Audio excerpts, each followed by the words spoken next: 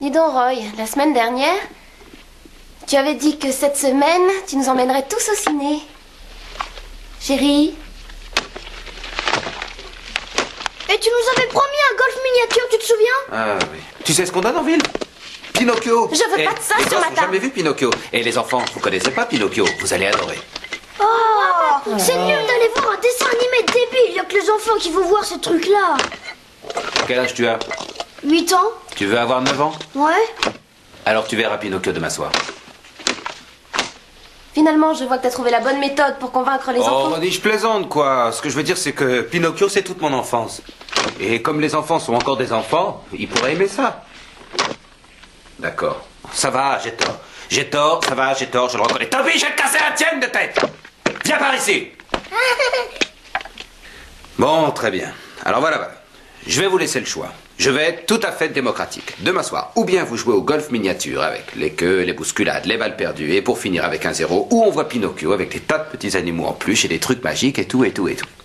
D'accord? Alors on vote. Go! Tony, Ouais. t'as vu ça?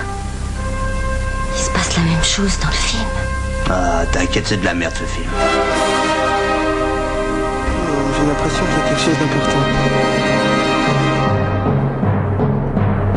C'est quand t'as dit il est 9h, c'est ça? C'est ça qui est important?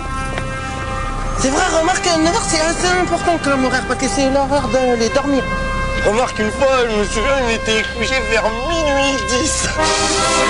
Pourtant, moi j'ai été fatigué après. Oh, je passerai des jours, des nuits, des mois s'il le faut.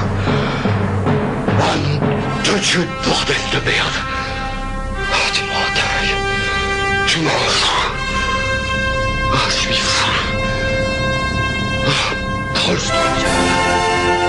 Oh, ton cul. C'est mon génie.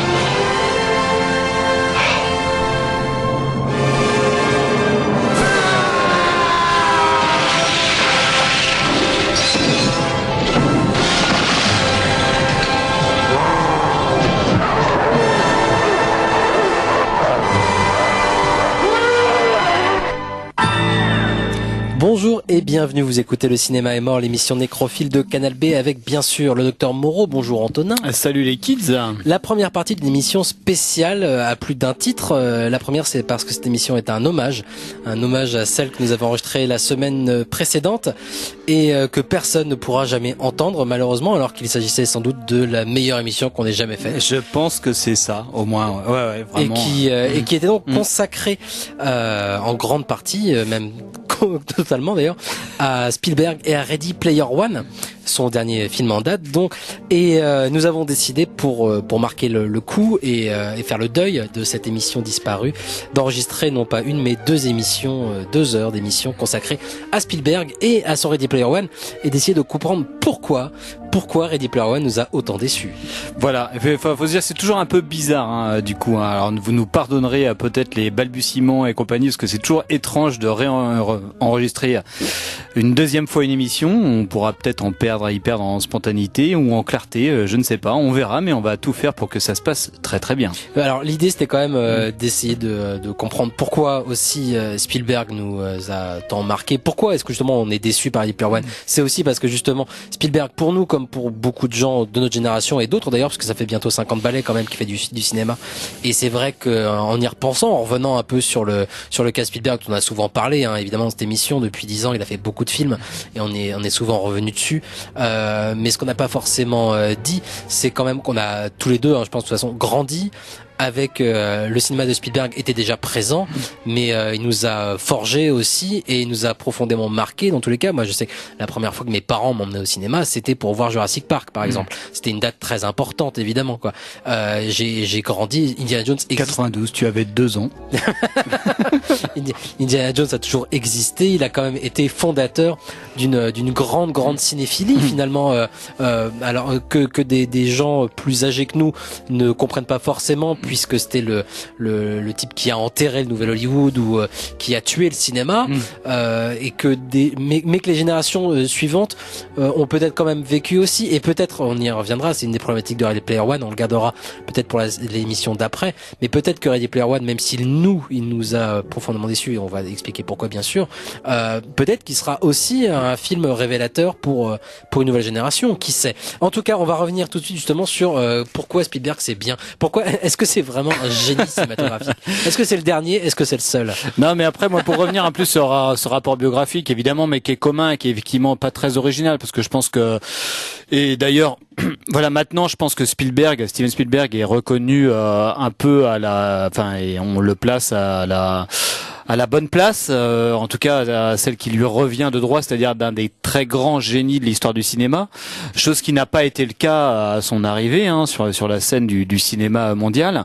Mais maintenant, voilà, Steven Spielberg et l'accueil de Ready Player One en est une preuve, est reconnu par beaucoup comme une statue du commandeur. Vraiment, c'est Steven Spielberg. C'est un des derniers grands hommes cinéma, un des très grands cinéastes, un des très grands metteurs en scène, à laquelle, même si on peut avoir des réserves sur certains de ses films, tout le monde va dire, voilà, Steven Spielberg, c'est pas qu'il a la stature d'un John Ford ou je sais pas quoi, mais on l'inclut dans l'histoire du cinéma à la même hauteur quelque part que ces gens-là. Ce qui fait que, du coup, pour Ready Player One, il faut avoir en tête, que tout le monde a vu un film de Spielberg en fait. Ce qui est aujourd'hui un peu exceptionnel. Ouais, bien sûr. En fait, cinéaste. C'est que là, on est en face d'un cinéaste qui, de toute façon, moi je le mets à la hauteur. Il y en a très peu, des gens comme ça. Pour moi, Steven Spielberg, et on y reviendra au fil de ces deux émissions, c'est vraiment un homme cinéma. C'est quelqu'un qui a complètement intégré le langage cinématographique, qui réfléchit de cette manière-là.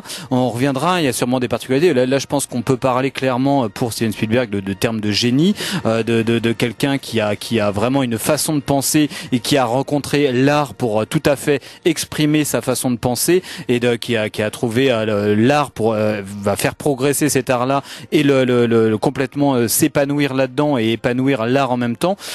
Il y en a très peu des bonhommes comme ça. Il y a des Hitchcock. Ce qu'il a démontré très tôt, et je conseille, on peut déjà énoncer un peu des références pour ceux qui seraient un peu frustrés qu'on fasse que 2 heures. Il y a un documentaire qui est sorti sur HBO, donc l'année dernière, Spielberg, qui revient notamment sur justement ses jeunes années. Le documentaire vaut justement pour des extraits de courts-métrages qu'il faisait quand il était petit, et qui montre déjà que gamin, le type avait un regard cinématographique sur tout ce qu'il faisait, quoi. Enfin, c'est assez impressionnant de se dire, voilà, ce type enfant faisait ces films-là qui valent mieux que des films que tu peux voir aujourd'hui. Voilà. Et puis il y a un podcast donc du coup de Capture Mag qui au moment où on enregistre cette émission n'est pas encore terminé, puisque c'est un feuilleton. Ils en sont à 7 heures d'émission là pour l'instant, qui est assez riche en termes d'informations quand même, donc on vous conseille. Et il y a un petit livre qui était pas dégueulasse, je trouve, dans les collections cahiers du cinéma de Clélia Cohen, voilà, que je conseille aussi pour revenir sur toutes des choses que nous ne raconterons pas, même sur la biographie même de Spielberg, même si on va y revenir. Et donc je te laisse revenir si tu arrives. Juste pour dire en fait que Spielberg, effectivement, là, si maintenant il a atteint vraiment cette statue du commandeur pour tout un chacun, même si on peut avoir des réserves, si on peut critiquer, personne ne reviendra sur le génie de mise en scène qu'il peut avoir. On peut revenir sur ses talents de cinéaste, pour toujours faire cette distinction entre, voilà, on peut faire une mise en scène absolument géniale au service d'un propos un petit peu niais, ou voilà, il peut toujours y avoir ça, beaucoup moins maintenant, comme voilà, exactement, comme Michael Bay. Mais en tout cas, maintenant tout le monde est un peu d'accord pour dire que Steven Spielberg, c'est un auteur, c'est un metteur en scène de génie, ce qui n'a finalement été le cas finalement assez tard, parce que c'est quelqu'un qui a eu vraiment des volets de bois vert à son compte. On l'a même accusé d'être un cinéaste publicitaire par moment. Et le pourfendeur du cinéma. Vraiment, et le pourfendeur du cinéma. Et ça, c'est vraiment un fait historique qui en plus se justifie à bien des égards. Steven Spielberg, historiquement, dans l'histoire du cinéma américain, c'est quelqu'un qui, avec son camarade George Lucas, a clairement mis fin à toute une nouvelle esthétique, à tout ce qu'on a pu appeler le nouvel Hollywood. C'est-à-dire faut quand même mettre des grosses pincettes avec ce propos-là. C'est-à-dire que le nouvel Hollywood s'est enterré un peu tout seul quand même. Si Spielberg et Lucas ont enterré cette esthétique et ce cinéma qu'on aime tant des années 70 américains, c'est parce que le public le voulait aussi.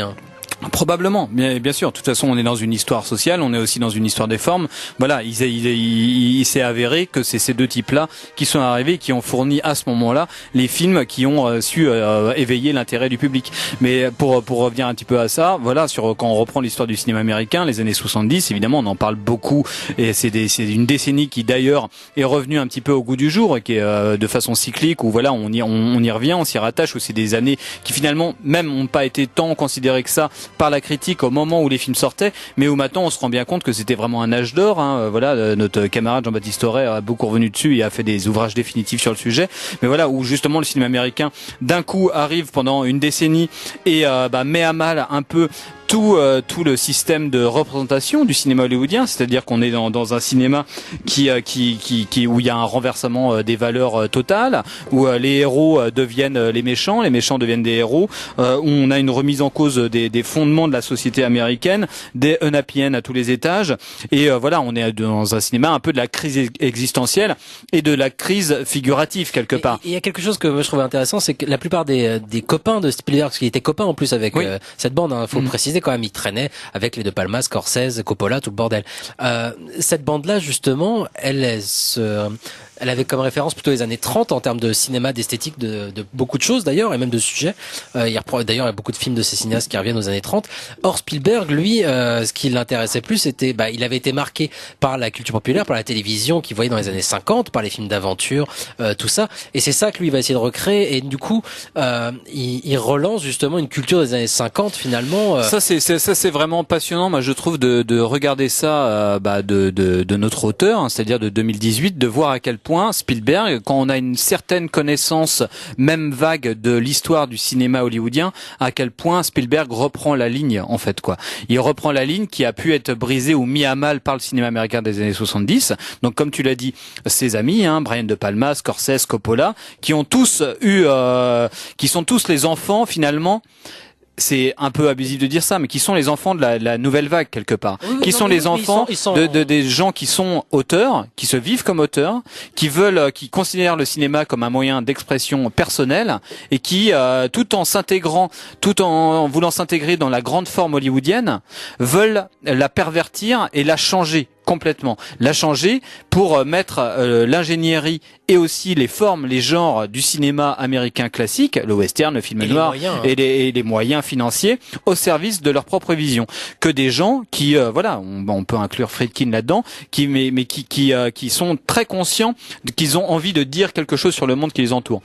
Spielberg, comme tu l'as dit, c'est complètement différent. Spielberg, c'est quelqu'un, et il y a cette anecdote très très rigolote qui est probablement très légendaire, mais Spielberg, qui débarque de sa province, qui arrive à Los Angeles, et qui lui, son premier réflexe, c'est pas d'aller, effectivement, il va s'acoquiner avec tous ces John Milius et Coppola et George Lucas et compagnie, mais lui, c'est directement rentrer dans un studio. Alors, il a essayé d'aller à l'école, il a été refusé. Il a été refusé. Parce qu'ils étaient tous dans la même fac, du coup, de USC, cinéma. voilà. Lui a été refusé. Il était très mauvais à l'école, et donc oui, il a été directement dans les studios. Directement, et la légende qui court, c'est que oui, il est rentré, il a réussi à s'immiscer dans les studios Universal, il a vu un bureau vide, il est rentré dedans, et que finalement, au bout d'un moment, il a fait partie des meubles, il a pu faire ses armes à la tête de plusieurs téléfilms, des téléfilms et des épisodes de séries, notamment un épisode de Columbo, et d'ailleurs le premier. C'est le premier, mais ça c'est il a réalisé du coup un court-métrage en Bleen, qui a donné le nom à sa compagnie après, qu'il a montré au distributeur. C'est comme ça qu'ils ont fait, bon d'accord, toi tu maîtrises. C'est probablement plus proche de la vérité, mais voilà. Mais en tout cas, il était dans les studios vraiment, il regardait, il a vu Hitchcock travailler, il a été voir John Ford dans son bureau. On passera peut-être l'extrait justement où il raconte sa rencontre avec John Ford qui a duré 1 minute, où John Ford lui fait un cours complètement merveilleux sur la composition d'un cadre, et comment c'est à partir de là justement tu pourras devenir un metteur en scène, à partir du moment où tu comprends où est-ce qu'il faut placer l'horizon dans un cadre. C'est comme ça que tu pourras peut-être faire de bons films. Tout ça pour replacer, voilà, on est dans une histoire du cinéma hollywoodien qui, même si tous les Coppola, Friedkin et tout ça ont une admiration pour le cinéma américain, ils sont nés de ça, ils ont pas envie de tout détruire. Mais voilà, par contre, eux, contrairement à tous ces cinéastes-là, les Hawks, les Ford et compagnie, eux, ils se vivent comme des auteurs à part entière. Alors que si on pose la question à Hawks ou à Ford, voilà, il y a des extraits légendaires là-dessus. On va dire, moi, je fais des westerns, moi, je fais ce qu'on me dit de faire. Moi, les vraiment dans cette. Et lui, Spielberg, il a vraiment envie de s'inscrire là-dedans. Quand on regarde rétrospectivement effectivement sa carrière, c'est ce qui marque en premier. Et c'est pour ça qu'il a été beaucoup attaqué aussi. C'est pour ça que quand Les Dents de la Mer sort, où d'un coup il va réactualiser un genre qui était un petit peu tombé en désuétude quelque part, parce qu'on était au moment où Hollywood traverse une crise dans les années 70 et compagnie, on est dans des trucs de gros budget et compagnie, on va refaire des films de catastrophe et compagnie. Les Dents de la Mer est un film catastrophe. On va avoir chez Spielberg toujours une sorte c'est pour ça qu'il a été pas mal catalogué comme un cinéaste de l'émerveillement, un cinéaste d'une part de la croyance en l'image, de la restauration quelque part, j'ai envie de dire. C'est surtout ça qui a pu lui être reproché, à juste titre quelque part. Hein. C'est-à-dire que Spielberg, il est arrivé quand on a eu, il y a quelque chose de puritain. C'est surtout que voilà, quand on traverse une décennie où d'un coup des auteurs qu'on connaît tous, les plus grands des années 70, ont voulu tout détruire et tout faire une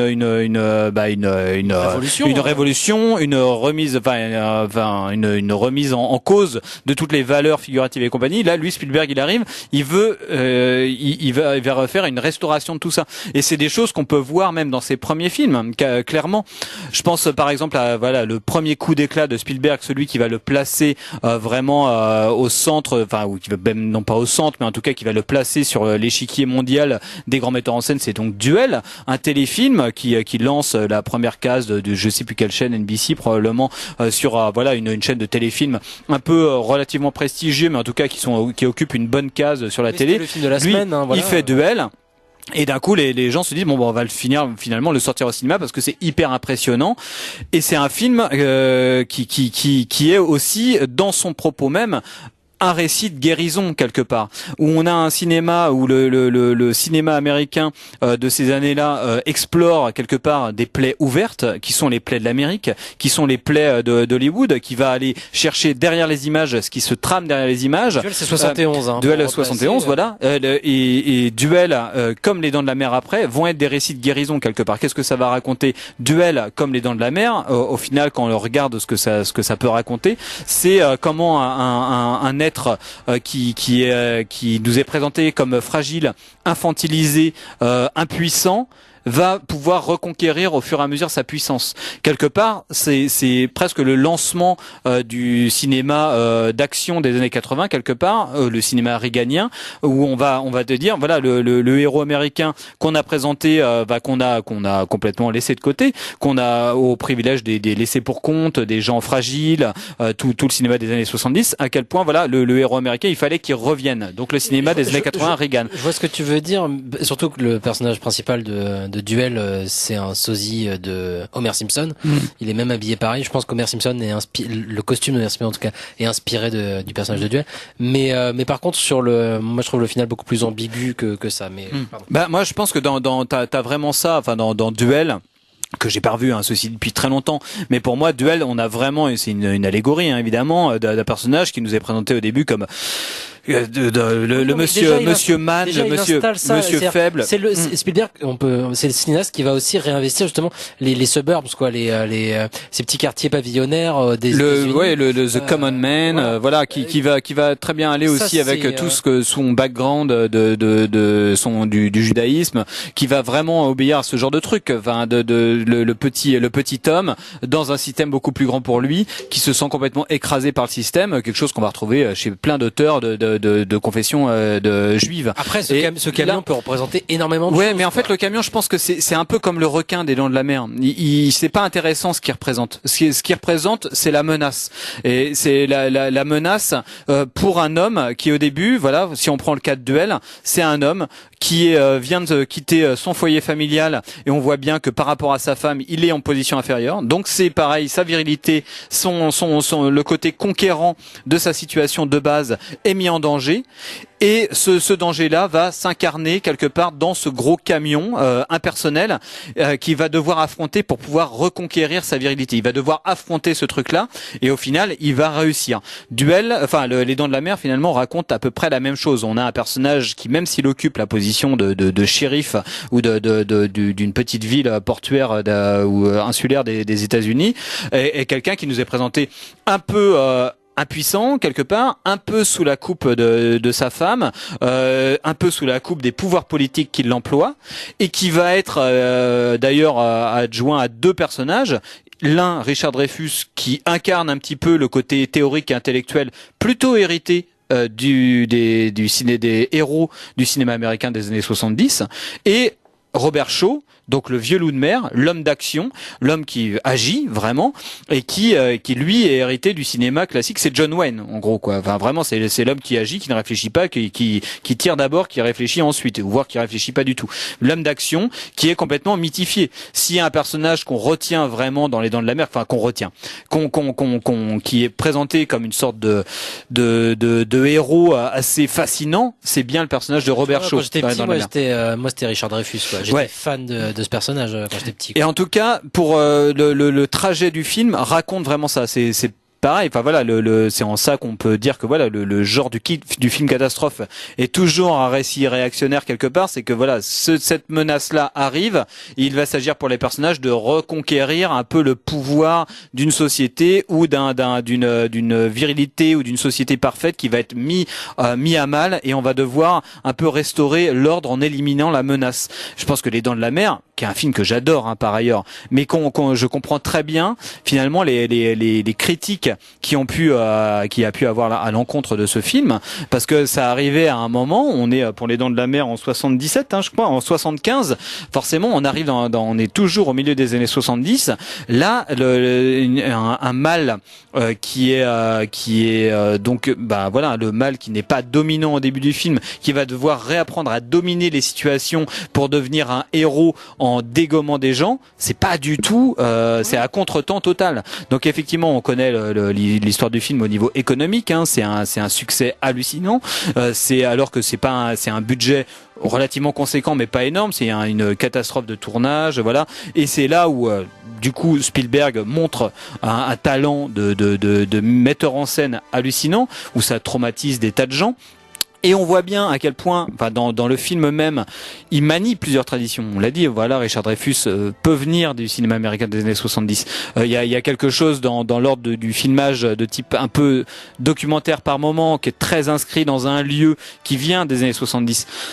Mais par contre, dans l'histoire que ça peut raconter, on est vraiment dans une sorte ça renoue avec un trajet du cinéma, avec une sorte de composante essentielle du cinéma hollywoodien classique, qui est le récit d'action, où il s'agit de se réaliser en tant qu'homme dans l'action. Et c'est fait avec un brio absolument exceptionnel. Et ça c'est intéressant, je trouve, parce que dès le départ, et même Duel, sans parler même des Dents de la Mer, mais déjà dans Duel il y avait cet aspect-là, c'est que c'est un type qui n'a pas forcément le discours qui correspond, en tout cas à ses copains, parce que ça correspond peut-être à l'époque dans lequel il est, par contre, que ce soit Les Dents de la Mer ou Duel d'ailleurs, mais par contre qui techniquement va exploiter toutes les évolutions techniques qu'il peut y avoir. Dans le cas des Dents de la Mer comme de Duel, c'était par exemple d'exploiter le décor réel. Pour Duel, on lui avait demandé de tourner ça en studio avec des transparences. Pour Les Dents de la Mer aussi, on lui avait dit mais ça tu peux le faire en studio. Il avait dit non, je veux tourner dans l'océan. Et c'est vrai, c'est une évidence pour l'un comme pour l'autre que ça a joué énormément sur la force de la mise en scène. Duel, ça aurait pas été en décor réel, je suis désolé, mais ça ne fonctionnerait absolument pas. Il n'aurait pas pu faire cette mise en scène là de toute façon, et ça n'aurait pas pu fonctionner comme ça. Et Dans de la Mer, pareil. Et quand tu revois un peu ce qu'il a fait plus tard, même jusqu'à aujourd'hui, son discours est pas, me semble, je pense encore une fois à The Post qui est sorti il y a quelques mois, parce qu'encore une fois cette année il sort plusieurs films. The Post qui pour moi en termes de mise en scène était, je pense, complètement dans l'air du temps. Il a un tel talent de mise en scène, il arrive à ne pas se répéter déjà, même s'il réutilise des codes de sa propre mise en scène, mais en tout cas à vraiment être à l'heure. Par contre, son discours me semble régulièrement, en tout cas, alors que parfois il peut être Jurassic Park par exemple est brillant pour ça, mais The Post est un exemple parfait pour ça, un discours des années 30 quoi. Ouais, je pense, mais après alors que la mise en scène c'était absolument pas le cas. Alors je veux pas dire que tous ces films sont des vieux films en termes de discours, heureusement, mais ça lui arrive régulièrement. Mais par contre en termes de mise en scène il sera toujours au pic. C'est pas James Cameron non plus, mais pas loin quoi. Ouais, je pense que c'est pour moi il est à l'égal d'un James Cameron là-dessus en termes de mise en scène. scène, parce que même sur Oui, des films mais que pas en je termes d'ingénieur. C'est-à-dire, James Cameron, c'est un ingénieur qui va créer des choses.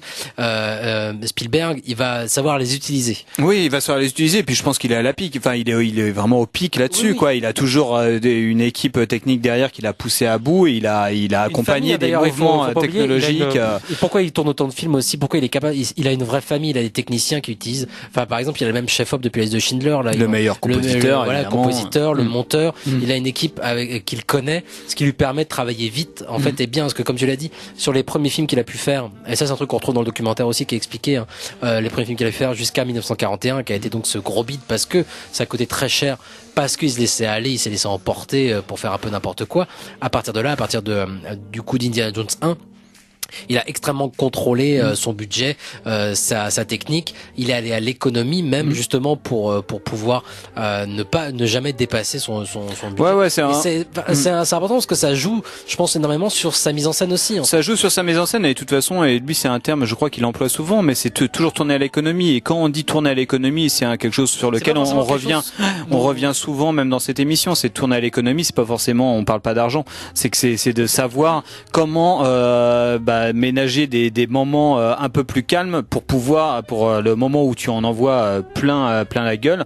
Ça a vraiment de l'importance, quoi. C'est le fameux truc de se dire, voilà, si tu fais que des moments bien lourds comme dans un Christopher Nolan, pour prendre qu'un exemple, où t'as l'impression que chaque plan accompagné de la musique de Hans Zimmer, t'as l'impression que c'est lourd tout le temps.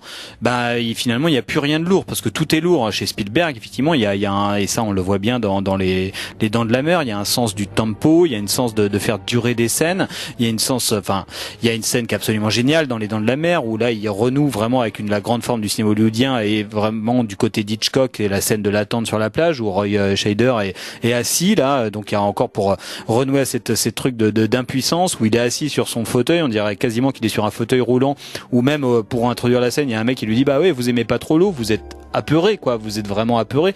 Et là on le voit, il est impuissant, il est sous la coupe du maire, il ne fait rien et il attend que la catastrophe arrive et c'est incroyable en termes de mise en scène tout ce qui se passe, tout dans le choix des focales, en termes de direction, même des couleurs et compagnie, tout ce qu'il peut faire avec finalement pas grand chose. Enfin, juste des plans. Le seul tour de force qu'il peut y avoir dans cette scène, c'est ce mouvement de caméra, le transtrav, le travelling compensé qu'on appelle, ce zoom arrière accompagné d'un travelling utilisé avant. par Hitchcock, du coup, Première fois utilisé par Hitchcock dans Vertigo. Voilà, oui, là, d'un coup, c'est presque le seul tour de force vraiment visible de la scène. Mais toute la scène, on se dit, c'est dingue. C'est des scènes qu'on étudie en fac de cinéma parce que voilà, c'est des modèles de montage, c'est des modèles de modèles de découpage, des modèles de cadrage, des modèles de focale. Voilà, c'est hallucinant la richesse. Toutes les possibilités du langage cinématographique sont ici utilisées et pas pour t'en foutre plein la gueule. C'est que tu peux très bien, t'es un spectateur lambda, tu regardes ça, t'es juste pris par la tension du truc, tu ne vois pas le génie de la chose. Les moments où à la limite Spielberg des fois va le plus se planter, c'est quand il en foutra plein la vue, genre dans La Couleur pourpre, quand il va te foutre du chromo plein la gueule et compagnie, où là d'un coup tu te dis c'est pas possible, quoi. Je vois trop les choses. Ou la liste de Schindler avec la petite fille en rouge. Oui, éventuellement, et encore je l'ai revu, c'est pas si flagrant que ça. Pour continuer un petit peu là-dessus sur le Spielberg et les raisons pour lesquelles on l'aime et il a été détesté, c'est justement cette sorte de reprise du fil du cinéma hollywoodien classique suite à la révolution qu'ont pu être les années 70, pas la révolution mais en tout cas la remise en cause qu'ont pu être tout le cinéma des années 70. Il y a aussi le fait que voilà, je l'ai dit, il y a ce truc de la restauration à travers des genres, je pense à la Rencontre du troisième type qui va vraiment renouer avec un cinéma aussi très très spectaculaire, qui va vraiment faire en sorte où clairement le personnage principal, on n'est plus vraiment à regarder les problèmes qui nous entourent, ce qui était la base en fait du cinéma des années 70. On est plutôt à regarder vers l'ailleurs, ce qui a toujours été la base du cinéma aussi américain. On est toujours sur le mythe de la frontière dans le cinéma américain, on le sait bien. C'est toujours aller de l'avant et toujours conquérir. Là, dans les années 70, on voit bien que la frontière a déjà été atteinte, qu'il n'y a plus rien, donc on se retourne sur soi. Dans La Rencontre du troisième type, qu'est-ce que c'est la frontière? frontière, c'est la frontière de l'espace. Dans Rencontre du troisième type, c'est quelqu'un qui va rêver, rêver des étoiles. Où Spielberg va inviter tous les spectateurs à rêver donc justement d'une arrivée des extraterrestres et à reconvoquer cette notion d'émerveillement qui avait complètement disparu, reconvoquer donc du coup la puissance du spectacle et toujours dans une optique aussi pour son autre film d'extraterrestre, le deuxième, E.T. dans une optique de récit de guérison. Si on prend E.T. qui le fait quelques années après, on est toujours dans un intervalle de temps assez réduit, ou à 10 ans où il a aligné les chefs-d'œuvre, ou 1941 et sa seule faute de goût en termes de spectacle et aussi en termes de film, parce que finalement le film est assez irregardable aujourd'hui, même s'il est intéressant parce que c'est vraiment un film de sale gosse, ce qui rentre en contradiction totale avec tout ce qu'on vient de dire, le truc de l'émerveillement, le truc de guérison. On voit bien qu'il y a le côté chez Spielberg, c'est sale gosse. Mais pour revenir aux Rencontres du troisième type, c'est le cinéaste de l'émerveillement, où E.T., on va convoquer le monde imaginaire, on va convoquer le spectacle, c'est-à-dire l'extraterrestre qui arrive, pour dans l'optique d'un récit de guérison. Là on parle d'un personnage de petit Elliot qui est dans une famille dysfonctionnelle dont le père vient de disparaître, où l'extraterrestre, donc l'ailleurs, le spectacle, va arriver pour finalement guérir, panser les plaies du quotidien. Il va arriver pour combler cette absence du père qui est là, et tout le récit de E.T., c'est ça, c'est ce personnage qui a un creux en lui, Elliot. Le extraterrestre arrive pour le combler, et l'extraterrestre va devoir repartir, mais il aura quand même pansé les plaies, il aura appris à ce petit garçon à vivre avec le deuil d'un père absent. On est toujours dans des récits de guérison jusqu'à un certain point dans pas mal d'années chez Spielberg, et c'est toujours c'est pour ça qu'il y a une sorte de reprise du fil chez Spielberg. On est toujours dans ce truc de l'émerveillement, ce truc qui peut paraître qui a été accusé d'être vraiment niaisou, le retour à l'enfance, le retour à un cinéma enfantin, le retour à un cinéma confortable. Effectivement, on peut aussi l'aimer pour ça. Moi, je l'aime pour ça. J'aime tous ces films. C'est-à-dire qu'à un moment, il a réactivé aussi justement comme tu l'as dit, un désir, un vrai désir d'être justement émerveillé. Alors du coup, c'est un mot qui a été, mais en tout cas une forme de foi, de croire en effet. Moi, l'exemple type, c'est Jurassic Park pour moi, quoi. C'est tu vas croire aux dinosaures, quoi. Ils sont là, tu peux y croire en fait. Et c'est vrai que même si j'adore évidemment le cinéma américain des 70, il avait en effet enterré justement ça en fait. Ouais, je pense que c'est ça. Or quand t'es enfant, c'est pour ça que je pense que Spielberg a été longtemps et toujours d'ailleurs considéré comme un cinéaste de familial. Tu vas en famille voir un film de Spielberg, pas tous, on est d'accord, on va en reparler après. Mais pourquoi ? Parce que justement, pour un enfant, par exemple, moi je sais que les premiers films que je montrerai à ma fille, et dedans il y aura un Spielberg à un moment. Moi c'est ce que je fais actuellement. C'est sûr que moi j'ai tellement hâte qu'il atteigne l'âge à arriver pour lui montrer Jurassic Park. Il a déjà vu E.T. Là c'est évident. Ce que peut faire l'imagination, je pense que t'as ça, c'est que quand tu veux t'attaquer à un cinéma qui est le cinéma de la croyance, parce que c'est important de croire en des récits, de mobiliser cette énergie de l'émerveillement et de la croyance. Effectivement, de toute façon, il faut en passer par là, je pense. C'est des récits fondateurs, même s'ils peuvent paraître parfois réactionnaires, qu'ils mobilisent des philosophies sociales et de mœurs qui peuvent être réactionnaires. C'est comme les Walt Disney. Voilà, moi les Walt Disney, moi je lui montre, même je suis pas dupe, effectivement, de ce que ça véhicule en termes de valeurs et compagnie. Mais c'est des récits à chaque fois de guérison. Les Walt Disney, c'est pareil. Spielberg est un héritier de Walt Disney. Il s'inscrit complètement dans cette tradition-là aussi. Mais par contre, voilà, c'est aussi des cinéastes de la croyance qui mobilisent cette volonté à la fois de proposer des univers désirables, à laquelle il croit, à laquelle il invite les spectateurs à croire, et ces univers désirables-là sont là pour soigner le quotidien qu'il a pris soin aussi de filmer, parce que c'est aussi ça chez Spielberg, c'est qu'avec le recul on s'en rend compte, parce que c'est presque pour ça qu'il est le plus connu. Moi j'ai le sentiment maintenant, c'est ce pourquoi il occupe une place de choix dans toute cette mythologie, pas cette mythologie, mais vraiment ce truc ambiant dans lequel on vit du cinéma doudou, du fait que le geek soit maintenant au sommet de la chaîne alimentaire quelque part, où vraiment on a appris que économique, et également voilà, je pense que Spielberg il a réussi, il a été le témoin, il a été le documentariste d'une génération primordiale où voilà, où l'enfance, où c'était plus un fait acquis que de l'enfance à l'âge adulte on y passait d'un claquement de doigts, où d'un coup l'enfance était Spielberg, pour aller vite, il a filmé les enfants comme des adultes et les adultes comme des enfants frustrés. C'est-à-dire qu'il a saisi quelque part cet entre-deux dans lequel notre génération, et depuis plusieurs années, et plusieurs générations le sont depuis, où on a le passage de l'enfance à l'âge adulte. C'est plus voilà, à 18 ans, on a à 18 ans une sorte quand on est enfant, il y a une innocence qu'on n'a plus vraiment, et quand on est adulte, il y a une sorte de côté enfantin qu'on ne se départit pas complètement. Ça c'est quelque chose dont Spielberg a été l'inventeur en termes de cinéma, c'est-à-dire qu'il a vraiment documenté cette chose-là. C'est très prégnant quand on regarde un film comme E.T. et même Rencontre du troisième type.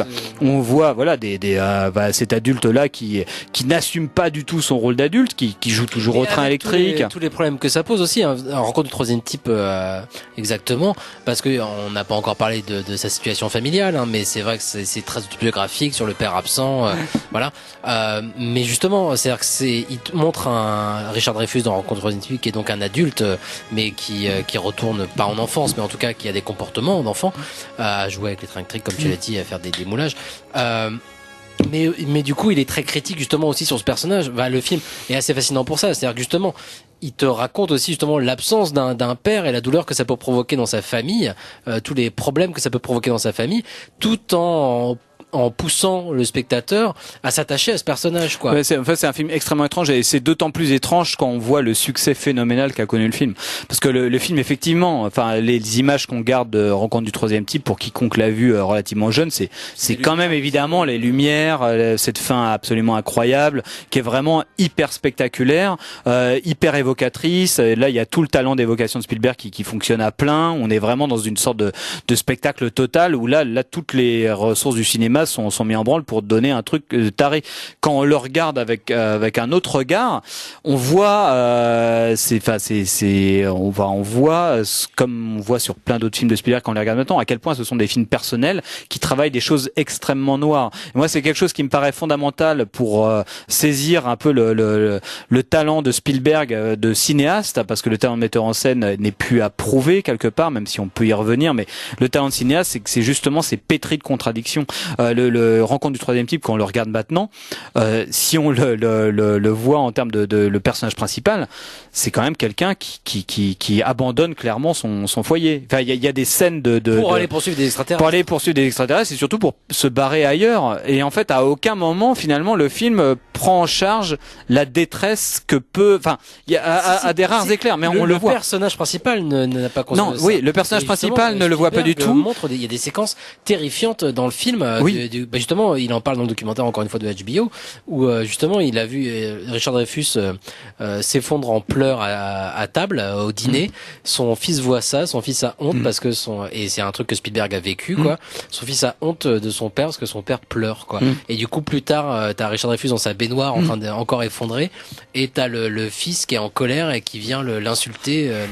Ouais, non, mais en fait, ce que je veux dire, c'est que effectivement, le film le prend en charge, mais ce que je veux dire, c'est que finalement, ça a tendance. Pour moi, Spielberg. C'est pas le personnage qui est pris en charge par le spectateur. Oui, c'est ça. C'est que c'est traversé, et c'est ça pour moi qui fait l'intérêt du cinéma Spielberg. Et c'est en ça que c'est un auteur, et que pareil, avec le temps, on voit à quel point non seulement ça peut être, en plus de cinéaste hyper spectaculaire, un cinéaste de l'émerveillement, un cinéaste des récits de guérison, de la restauration avec les grandes formes hollywoodiennes, un cinéaste conservateur en gros. C'est aussi un cinéaste extrêmement personnel. est complètement hanté effectivement par une histoire personnelle. C'est aussi le grand peintre de la génération du divorce. Il a connu le divorce de ses parents, son père s'est cassé, et à quel point 15 ans pour savoir pourquoi il est parti. Et à quel point c'est dans ces films. C'est pris en charge de façon, on peut analyser les films de Spielberg de façon freudienne, comme un retour du refoulé, quasiment. C'est que cette scène-là, effectivement, du fils de Richard Dreyfuss dans Rencontre du troisième type, qui gueule contre son père, qui perd prise, qui abandonne son foyer. C'est effectivement lui, Spielberg se voit là-dedans. Mais en même temps, dans son récit, ce qui meut le récit, c'est complètement Richard Dreyfuss, dans lequel Spielberg s'identifie aussi, parce que raconte Rencontre troisième type, c'est l'histoire d'un bonhomme qui est obsédé par une forme, qui est obsédé par la concrétiser la réalisation d'une forme. Donc là on parle de quoi, presque de cinéma quelque part, on est vraiment à faire un bonhomme, on a une image en tête, il faut la réaliser, et c'est on sait plus ou moins que ça, on rentre dans le domaine du privé et peut-être de la surinterprétation, mais que Spielberg c'est un autiste probablement, un ancien autiste atteint du syndrome d'Asperger probablement, mais quelqu'un qui a une inaptitude totale aux relations sociales, mais il y a un savoir-faire immense, enfin pas un savoir-faire, mais un génie pour une obsession pour des formes. C'est quelque chose dans son cinéma où tu dis ça peut être que de type maladif quelque part. Moi j'ai l'impression, tellement des fois c'est vraiment génial la façon qu'il a de gérer des mises en scène. Et là Rencontre du troisième type raconte vraiment ça. On voit bien qu'il y a beaucoup de lui est distribué dans plein de personnages. Ça, effectivement, on aura l'occasion d'y revenir quand on parlera de Ready Player One, mais ça fonctionne pour tous ces films. Mais là dans Ready Player One, effectivement, dans Rencontre du troisième type, il se distribue autant dans le rôle de l'enfant de Richard Dreyfuss, complètement paniqué parce que son père s'en va, et il s'identifie principalement quand même parce que c'est le moteur du récit, Richard Dreyfuss, qui est quelqu'un qui veut juste casser de toute la société humaine pour aller vers un ailleurs beaucoup plus désirable, qui est le monde des extraterrestres, des sons et des lumières, et qu'il a une obsession pour ça. Donc il y a vraiment ce truc-là et je pense que c'est assez important pour comprendre le cinéma de Spielberg, mais il y a toujours ces deux mondes chez Spielberg. À la fois, c'est effectivement un grand peintre documentariste. C'est lui qui a peint le monde des banlieues américaines. C'est lui qui a peint cette génération du divorce, cette génération des enfants qui ont de la peine à grandir, des adultes qui ont de la peine qui veulent rester des enfants. Je pense au personnage de Peter Elliott dans E.T. aussi, qui est en admiration devant devant Elliott, parce que c'est Elliott qui a eu le contact avec E.T. alors que lui est devenu un adulte. Il y a cette chose-là. Et il y a chez Spielberg, il y a ce monde-là, le monde à ce côté très personnel, très autobiographique, très documentariste d'une nouvelle société en train de se créer, celle des années 80, qui perdure toujours aujourd'hui, même si elle a muté. Et à la fois, c'est aussi l'inventeur de formes totales, de l'inventeur de mondes imaginaires qui a bercé tout l'imaginaire sur plusieurs générations, et qui font presque quasiment uniquement sa gloire aujourd'hui, j'ai envie de dire Spielberg, pour tout le monde, c'est le cinéaste de l'émerveillement, c'est le cinéaste qui a créé du rêve. Aujourd'hui, je sais pas. Justement, en 2018, je sais pas, parce que justement, ont été pris en charge les nouveaux récits qu'il a voulu faire justement dans les années 80 à partir de La couleur pourpre, et puis évidemment après avec La liste de Schindler. Il y a des trucs comme ça, comme Munich aussi, qui peuvent revenir quand même, qui en font aujourd'hui un cinéaste beaucoup plus pour le grand public, je parle évidemment, beaucoup plus complexe que uniquement ce cinéaste de l'émerveillement, même si évidemment c'est simple, tu cites certains titres comme E.T., comme Jurassic Park, comme n'importe quoi, donc oui, il y a ce grand spectacle populaire, familial surtout, en fait, qui arrive dans la bouche du spectateur ou du grand public. Mais justement, on voulait, pour terminer cette première émission, quand même revenir aussi sur l'Empire du Soleil, et qui parle un peu qui est une adaptation de J.C. Ballard, qui est son projet David Lean, grosso modo. Parce que des choses on n'aura pas, et c'est important pour Ready Player One aussi d'ailleurs, je pense, mais qui est bourré de références cinématographiques quand même, et qui ne s'en est pas caché du tout. Alors j'ai entendu justement sur Capture Mag que même La couleur pourpre serait un hommage à King Vidor. Oui, je peux voir en effet des influences de Duel au Soleil dans l'utilisation des lumières. Mais c'est vrai que quand tu regardes l'Empire du Soleil, donc qui date de 87 si je dis pas de bêtises, c'est le projet David Lean et il y a quelque chose de très intéressant sur justement ce rapport à l'individu qui malgré lui doit rentrer dans l'âge de raison à cause des événements, mais qui ne veut pas perdre, qui ne veut pas perdre en tout cas justement son imaginaire. Quoi. Oui, et qui ne veut pas perdre, mais qui n'a pas le choix en fait. Je pense que c'est encore une fois un autoportrait. Parce que donc c'est l'Empire du Soleil pour brièvement, parce qu'on arrive à la fin de cette première partie, mais c'est adapté de Ballard, qui avait aussi écrit Crash, qui a été adapté par Cronenberg et qui est un peu autobiographique de la part de Ballard et qui raconte l'histoire d'un gamin pendant la Seconde Guerre mondiale en Chine. Alors que la Chine se fait envahir par le Japon justement et qu'ils se retrouvent dans bouleversés par la guerre, au milieu des combats, puis dans les camps d'internement, tout le bordel. Et c'est un gamin interprété par Christian Bale, donc enfant, qui lui est fasciné par les avions, qui voit ça comme un spectacle constant, y compris du coup quand ces avions viennent bombarder un camp. Je fais des gros spoilers sans prévenir personne, mais tout le monde a vu ça. Mais voilà, il y a cette vision là justement de, mais voilà. Non, je pense que c'est important parce qu'on sait bien Spielberg, il a une carrière une filmographie, une œuvre qui est passionnante à contempler et à étudier parce que c'est quelqu'un qui effectivement dont on saisit bien les différentes périodes et c'est effectivement quelqu'un qui et qui contrairement à tous ses discours, c'est quelqu'un, on voit bien quand on s'intéresse à lui, par exemple, ses interviews sont souvent très très chiantes, extrêmement policées, ses œuvres sont plus intéressantes à étudier que ce qu'il a à en dire parce que finalement c'est quelqu'un qui de toute façon même dans le langage n'est pas très fort et qui en plus a un contrôle total de son image. Et en fait on voit bien que dans ses films en général c'est beaucoup plus complexe que ce qu'il veut en dire. Je pense que c'est quelqu'un qui pour le coup en voulant s'inscrire dans la grande période la grande forme du cinéma hollywoodien a toujours voulu avoir les honneurs aussi de l'Académie par exemple. C'est quelqu'un qui a toujours couru après les Oscars quelque part, enfin qui n'a pas toujours couru après les Oscars mais qui a beaucoup souffert de pas avoir des Oscars pour ses énormes succès, genre E.T., Les Dents de la Mer, il n'a pas eu d'Oscar pour ça. Il a eu des volets de bois vert par la critique qui l'ont toujours accusé d'être un cinéaste certes brillant en termes de mise en scène mais vraiment un peu creux. Donc il a dans les années 80 fait son premier film dit adulte c'était La couleur pourpre, donc là tout le monde sait à peu près ce que c'est son film sur l'esclavage dans lequel qui est vraiment clairement un film destiné à avoir des Oscars et un film où peut-être il s'est senti concerné pour ça mais qui a moi je l'ai pas revu donc j'aurais du mal à me prononcer vraiment en termes critiques sur ce film mais dans les souvenirs que j'en ai c'est un truc un peu indigeste quoi. J'en reparlerai peut-être tout à l'heure même si je l'ai pas revu mais j'en ai un autre souvenir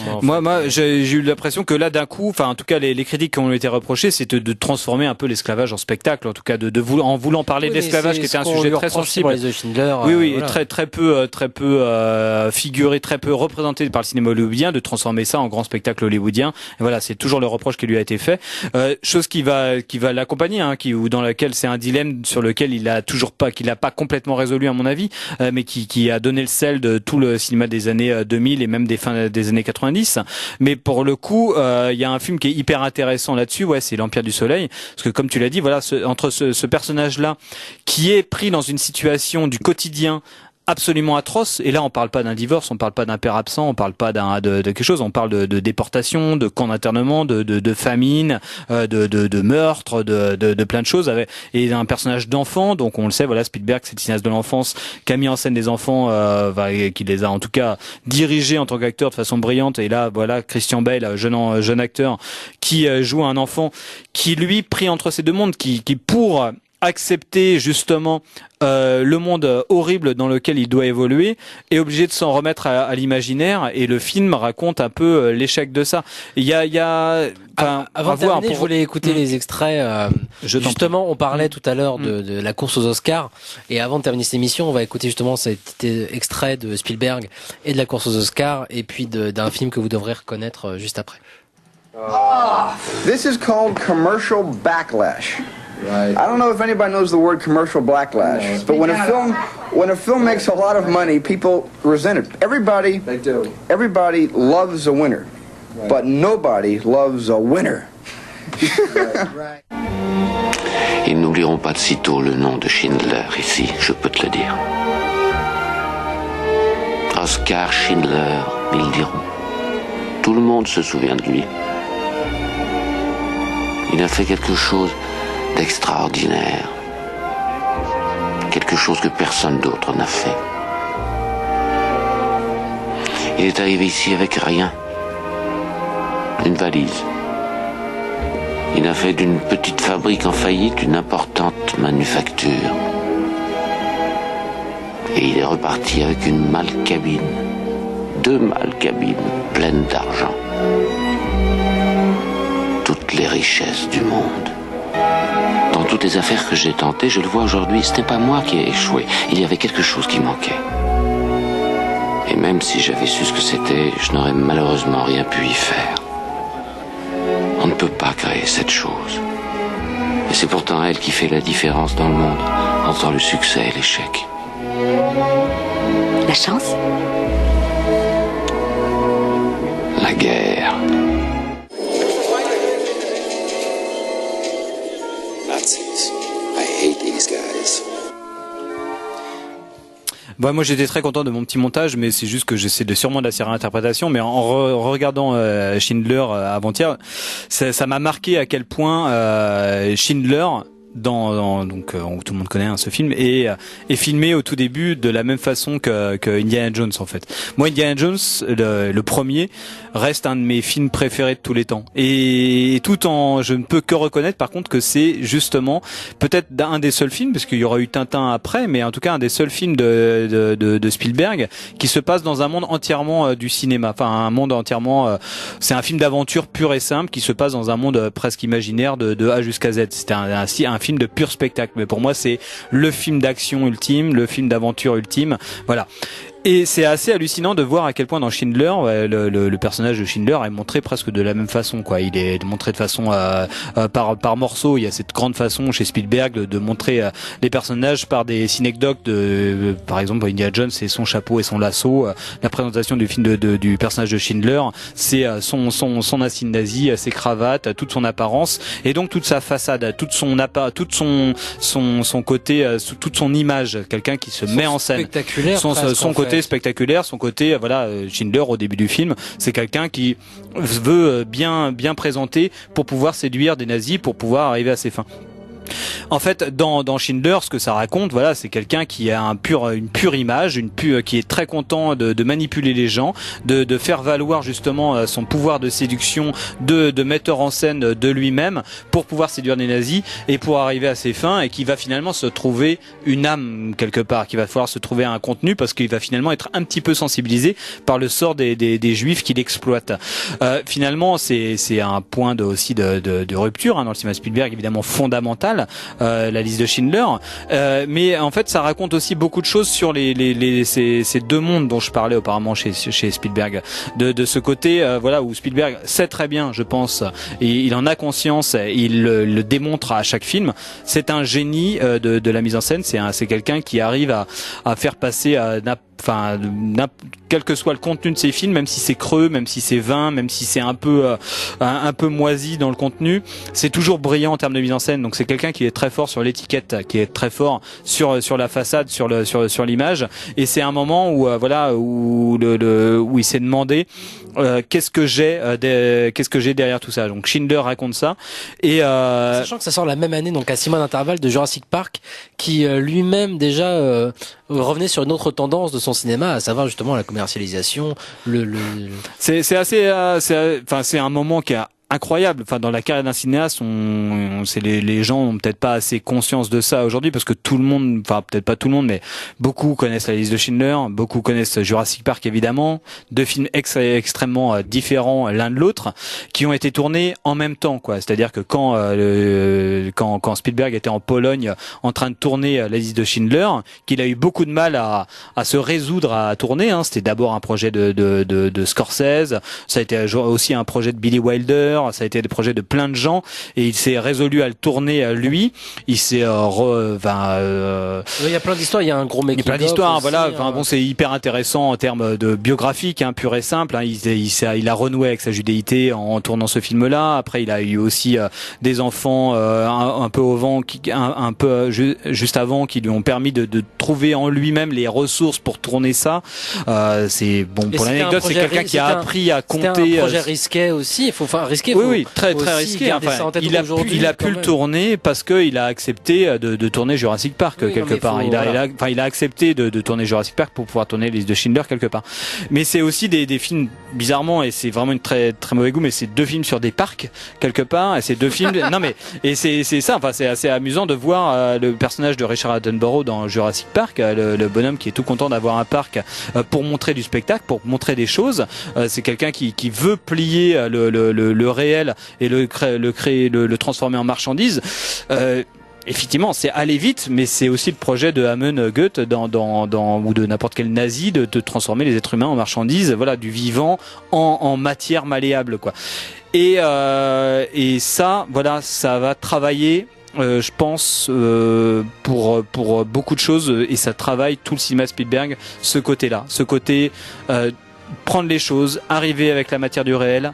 Moi, j'en fais ce que je veux parce que je suis absolument génial. J'arrive tout à fait à manipuler le réel pour le transformer en spectacle hyper divertissant. Et à un moment, je me pose la question, mais putain, en fait, je suis en train de faire de ce que je veux de façon absolument démiurgique et sans conscience, avec une matière qui pour laquelle je devrais avoir peut-être un peu plus de respect ou donner un peu plus de contenu, quoi.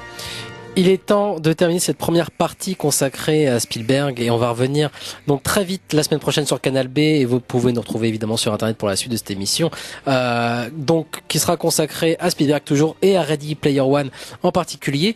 Merci de nous avoir écoutés, merci Antonin évidemment d'avoir participé à cette émission.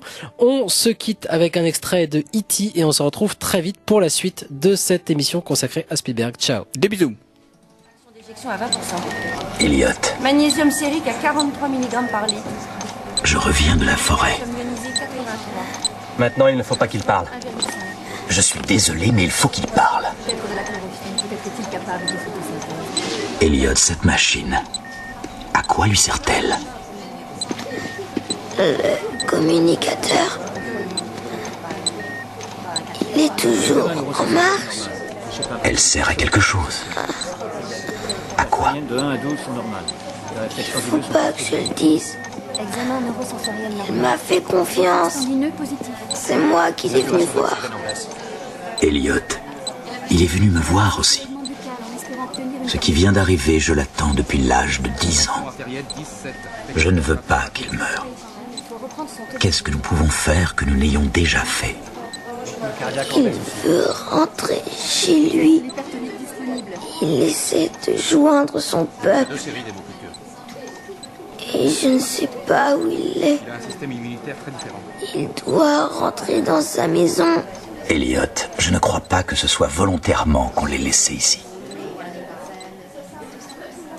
Mais sa présence est un miracle, Elliot. C'est un miracle. Et dis-toi bien que personne n'aurait mieux fait que toi. Je suis heureux que ce soit toi qui l'aies rencontré.